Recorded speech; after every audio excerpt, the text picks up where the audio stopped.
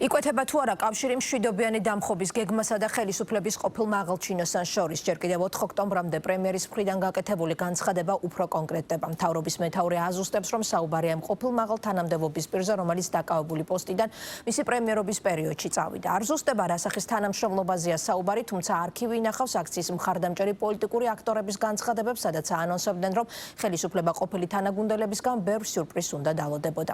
12 დღის შემდეგ 4 ოქტომბრის აქციის ორგანიზატორები და მხარდამჭერები ამტკიცებენ, რომ მშვიდობიანი დამხობა ძალადობას გამორიცხავდა, თუმცა გეგმას გაშიფრულად აცხადებს მმართველი გუნდი, რომელიც დარწმუნებულია, რომ ჩანაფიქრი და მიზანი არეულობა, ქაოსი, სისხლისღვრა და ხელისუფლების ძალისმიერი გზით დამხობა იყო. მშვიდობიანი დამხობის გეგმის ავტორების და მხარდამჭერების მიმართ პრეტენზიები აქვს ოპოზიციის ნაწილსაც, რომელიც მომხდარზე პოლიტიკური პასუხისმგებლობის აღებას მოითხოვს. ასეთი თანამშრომლობა არსებობდა კონკრეტულ პირს შორის, ყოფილ გუნდის წევრს შორის და რადიკალურ ოპოზიციას შორის.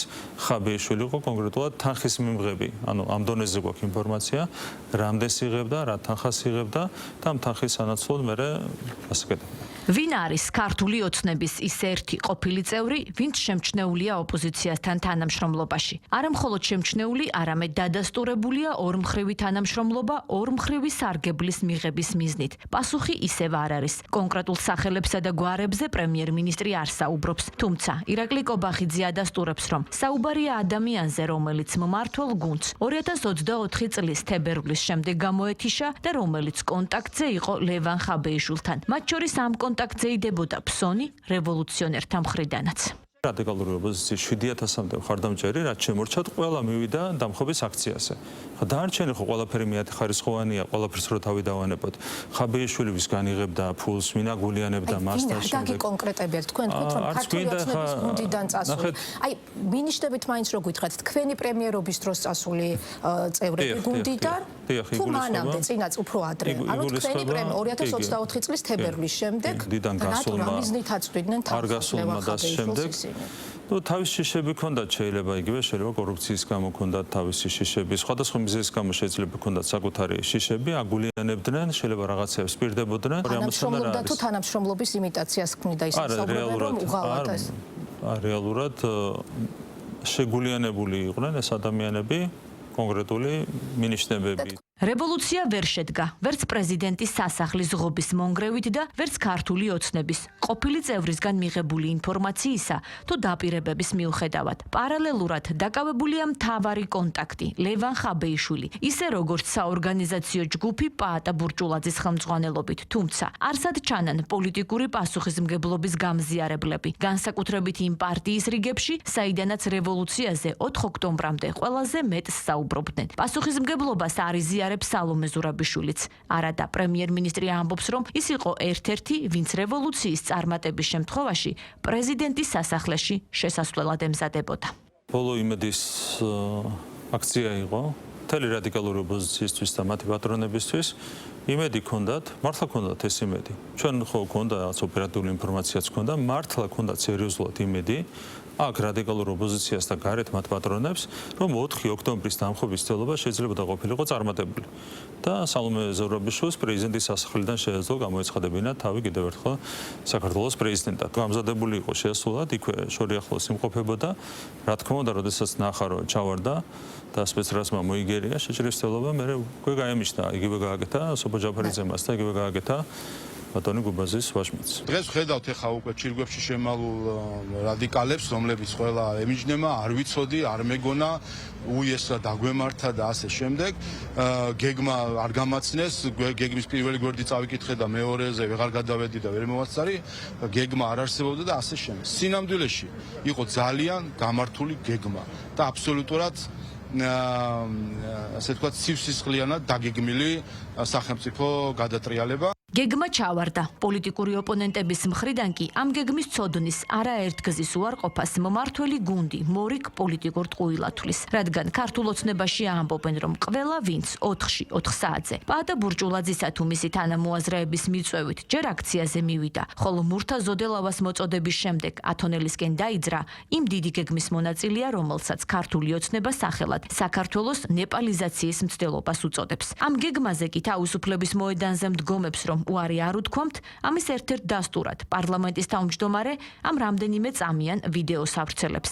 იმის საჩვენებლად, როგორ გაემართნენ თავისუფლებაზე შეკრებილები ათონელისკენ. გეგმა სწორედ იყო აწყობილი იმაზე, რომ უნდა ყოფილიყო ქაოსი, მასობრივი არეულობა, რომელიც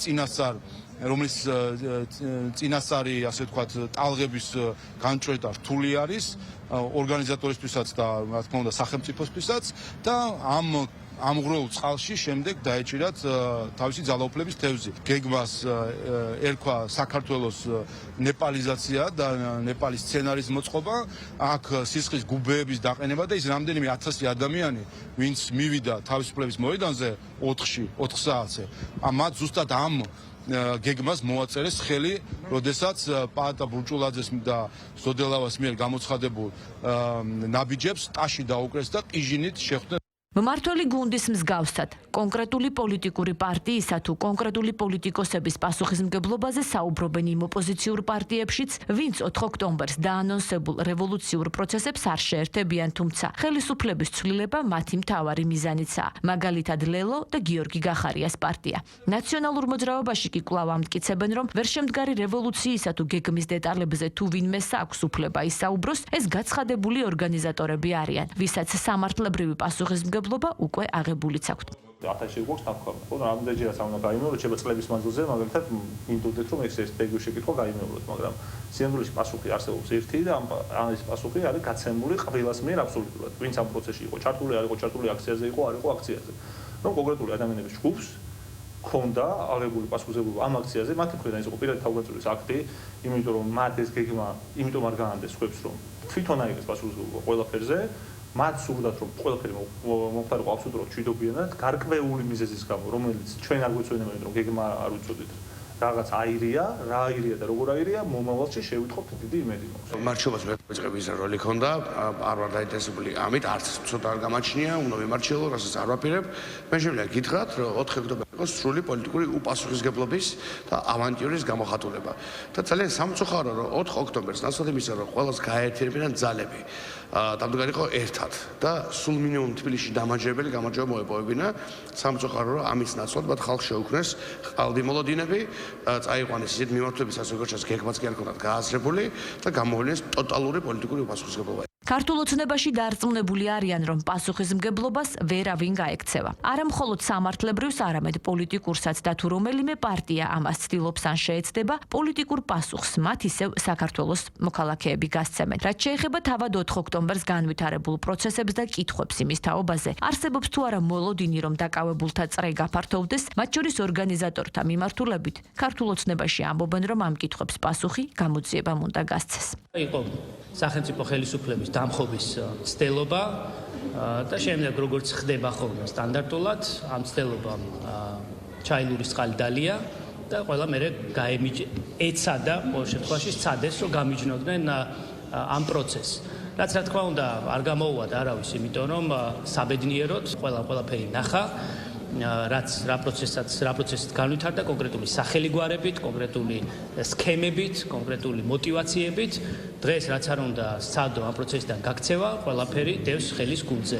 ყველას აქვს ან პოლიტიკური, ან სამართლებრივი პასუხისმგებლობა. ეს არის ადამიანური სიმხდალე და ეს არის პოლიტიკური სიბეცე, ესე დავარქმევ მე ამ ყველაფერს, რაც რადიკალებისგან ჩვენ დავინახეთ ეს 4 ოქტომბერს, დავინახეთ რომ სახელმწიფომ დაიცვა საქართველოს ჩავარდა დამხობის მცდელობა და შემდგომ უკვე რაღაც ეგრეთ წოდებული ვირთხების რბოლა, როდესაც ერთმანეთის მიმართ ხდება თითის გაშვერა, სრულად ამორალური, ნაცის ამორალური სახე ჩვენ ამ ბოლო პერიოდში არაერთგზის ვიხილეთ, როგორ აბრალებენ ერთმანეთს, როგორ ემიჯნებიან იმ შეკრებას, სადაც დიდი სიამოვნებით მიიღეს მონაწილეობა. 4 ოქტომბერს რევოლუცია ჩავარდა. პრეზიდენტის სასახლის მონგრეული ღობე შეკეთდა, მაგრამ ამ ღობის მონგრევა და ათონელის ქუჩაზე, კერძო მესაკუთრეთა საკუთრებით ცეცხლის გაჩაღება 50-მდე პირს სასჯელ აღსრულების დაწესებულებაში ყოფნად დაუჯდა. მათ შორის არიან საორგანიზაციო კომიტეტის წევრები პაატა ბურჭულაძის ხელმძღვანელობით. თუმცა პრემიერ-მინისტრი არ გამორიცხავს, რომ დაკავებულთა რიცხვი გაიზარდოს, რადგან გამოძიება გრძელდება და არა მხოლოდ კონკრეტულად 4 ოქტომბერს განვითარებულ პროცესებთან დაკავშირებით, არამედ იმის თაობაზეც,